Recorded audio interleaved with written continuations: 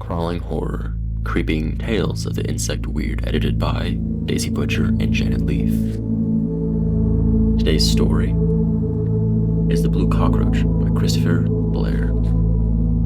I wanted to put in a quick note before reading this that I want people to understand that the language used in this short story and short stories beyond this part is a bit outdated, such as the phrase adolescent oriental or other sexist or slightly racist phrases.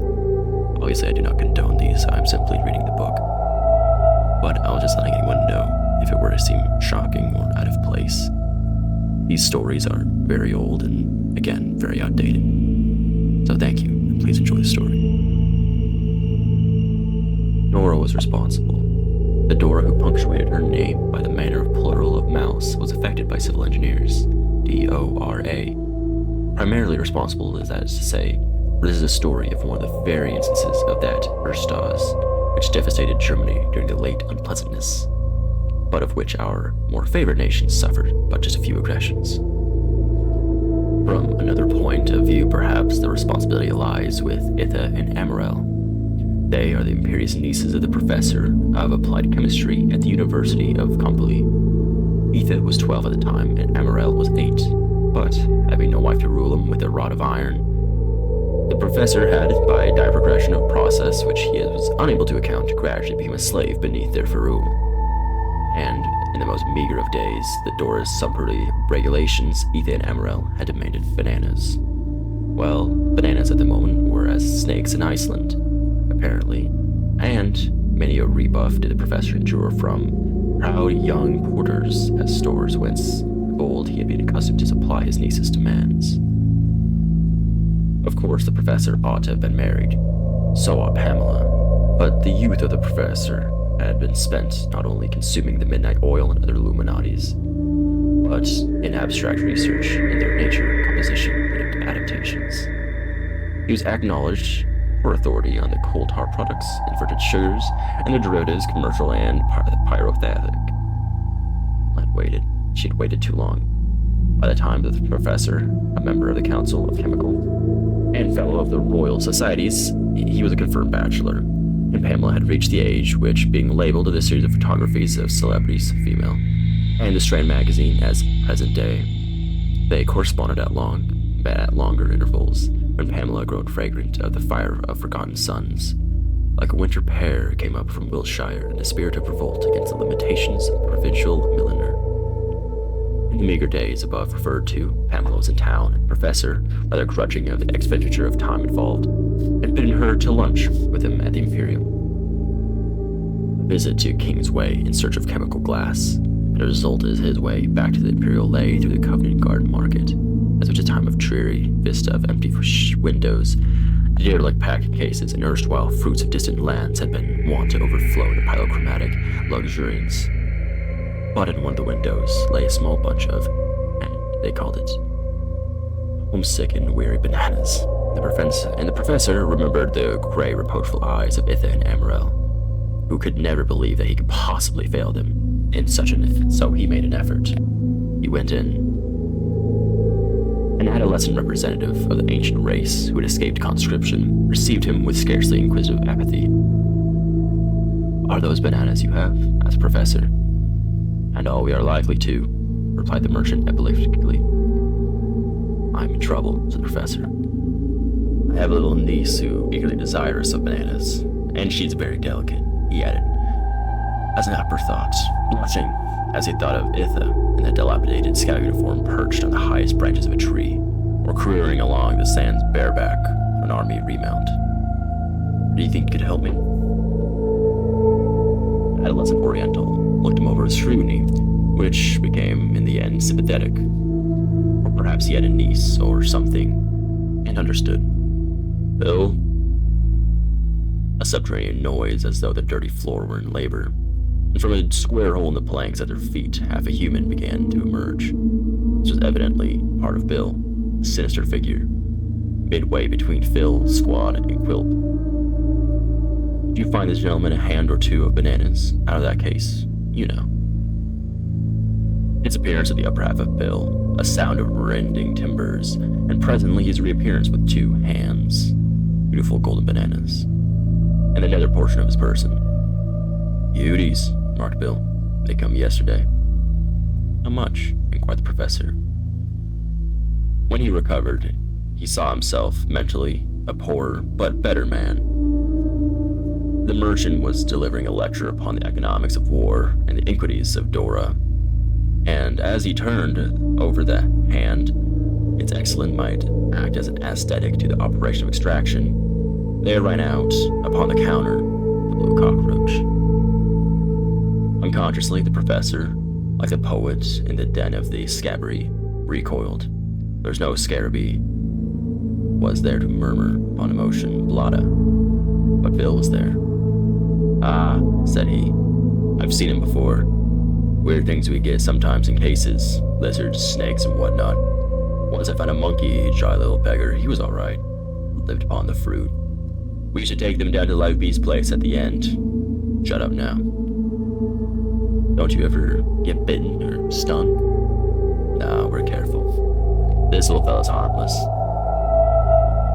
It was the most lovely beast, in shape and size identical with the cockroaches which stray among one's brushes on board ship, and architecturally indistinguishable from the larger members of the kitchen family. The Blue Cockroach was clad in a pure pale azure, as if a cunning artificer in enamels had fashioned it, and given to its surface a texture of the finest smooth velvet.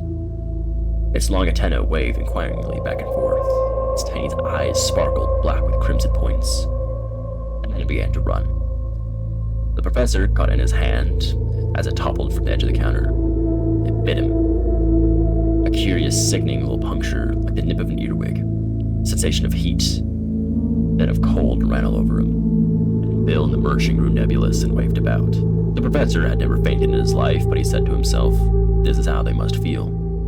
In a moment it was over. He had shaken off the insect, and in true to the scientific instinct, he took out of his pocket one of the cork tubes he had just acquired, and drove the Blue Cockroach into it. "One of the fellows down the museum may like to have it," he said. The merchant shrugged his shoulders. A boo heel, not a quart tube, seemed to be the appropriate climax of the odyssey of the Blue Cockroach. For some inexplicable reason, however, he reduced the price he had quoted from the limits of the chimera to within the bounds of extravagance, and the professor went on his way, the banana in hand, the Blue Cockroach in his pocket. A tiny point on his right palm showed where the insect had attacked him, but beyond that, the incident was closed. As he proceeded along Cunfee Street, the professor became aware of a great calm and undefined happiness. He had regarded his appointment with Pamela more in the light of a kindly duty than an occasional for pleasurable anticipation. But now, he suddenly found himself looking forward to their meeting with a keen sense of curiosity and satisfaction. It was too long since they last met. He felt sure that she would come down just around sooner, and he had expressed a wish in the direction of his letters. Handsome creature she had been when he was a student. Shame she never married. The professor found himself quietly wondering why, if, whether. "I'm 54, he said to himself. But he smiled frowningly, or frowned smilingly. "She's a wonderful woman," was his first thought as she rose to greet him from the chair in the vestibule. Indeed, Pamela seemed younger than he remembered her, having looked at her years ago. She seemed to radiate that impression of delicate strength and ultra-feminine self-reliance which constitutes the undefinable charm of many middle-aged spinsters. Their lunch was delightful. Pamela, as though she were starting fresh. The professor seemed to have shed his professional armor and became more of a human being. He entertained her with descriptions of his war activities, no longer as York skimming over the subject, but letting her into this chamber of secrets of his ambitions, his aspirations, his work. When a man of the professor's intellectual eminence exerts himself to charm, the charm is dangerously subtle. An element of flattery pervades the exercise, which is, or should be, irresistible. Ella did not resist. She had never been called upon to resist, and was not going to begin now. 30 years fell away, as time wasted in sleep. It is not a disagreeable admission. Indeed, there's curious emotion, joy predominant when two people who should have been lovers find themselves saying their hearts, "What fools we were." By the time the arrival of coffee and cigarettes had been cleared away, and the last barriers had erected themselves upon the voyage of rediscovery, the professor was virtually identifying Pamela with his life work. "It's not all explosions and bacteriology," he confided in her. "I've been at work upon substitutes for sugar, and I've found one which will be a godsend to the people who probably detest saccharine. I have brought you this little tube of my finished article, the sweetening properties of the finest cane sugar. Will you try it?" Of course she would. If it had been a dangerous poison, she would have gladly offered it herself as a martyr of science. It is science. You need not be afraid of it. It is only a wonderful sweetener. It is also a powerful pyrophactic. It acts as an axole, which would kill extraordinarily rapidly any pathogenic organisms in the system. I look forward to trying it with the remedy for sleeping sickness, yellow fever, and any other tropical diseases carried by insects which inject death-dealing bacteria into our blood with their bites, my dear. She quivered. I believe I hold here the greatest discoveries which have ever been made in pyrothetic medicine. They sweetened their coffee, each with a tightly pellucid crystal. It is just like real sugar, she shrugged dreamily. Not a harsh saccharine, my dear. His eyes grew narrow. I do believe you are right. I'm so proud of you. She ended with a high, contented sigh, which was half a laugh, and looked around the restaurant, which by this time had gradually become empty, and wondered whether anyone else there looked upon their world with such a supreme sensation of satisfaction and fulfillment as she. What fools they had been.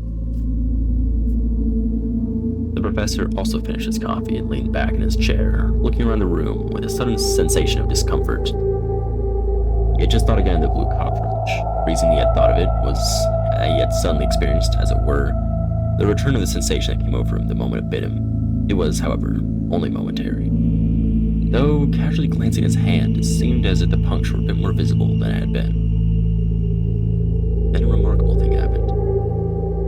He turned again to Pamela and saw her with a new, or rather, old eyes.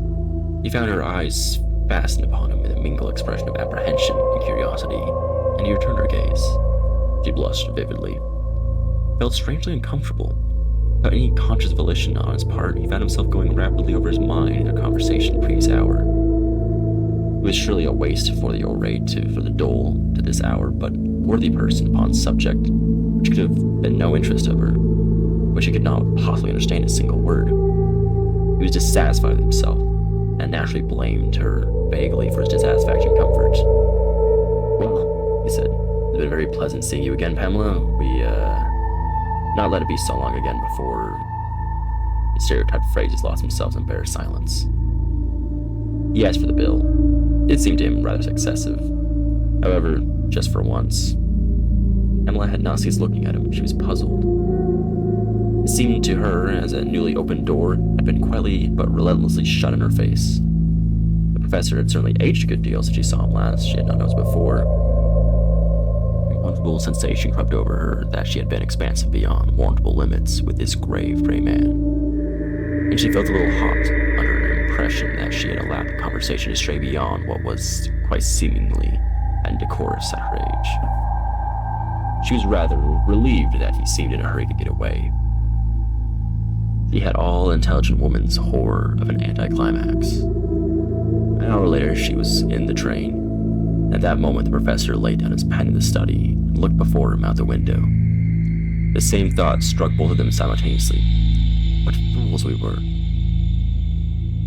Quote, "Now whether there be truth in that in which the native priests do aver, I do not, nor may I, make more curious inquiry. But if indeed the fact the sting divers of their flies do endanger passions of love, hate, and the like, and the matter is curious and worthy of inquiry, but such as I did make an inquiry of did postpone me with shrewd and cunning avoiding the answer, nor would they become to speak further upon it, or that any other time." End quote. Quote 2. The true account of the travels into distant lands of the learned Dr. Phrasius Bolt, where many curious customs and wisdoms of the inhabitants are truly set down. Leyden, 1614, page 177.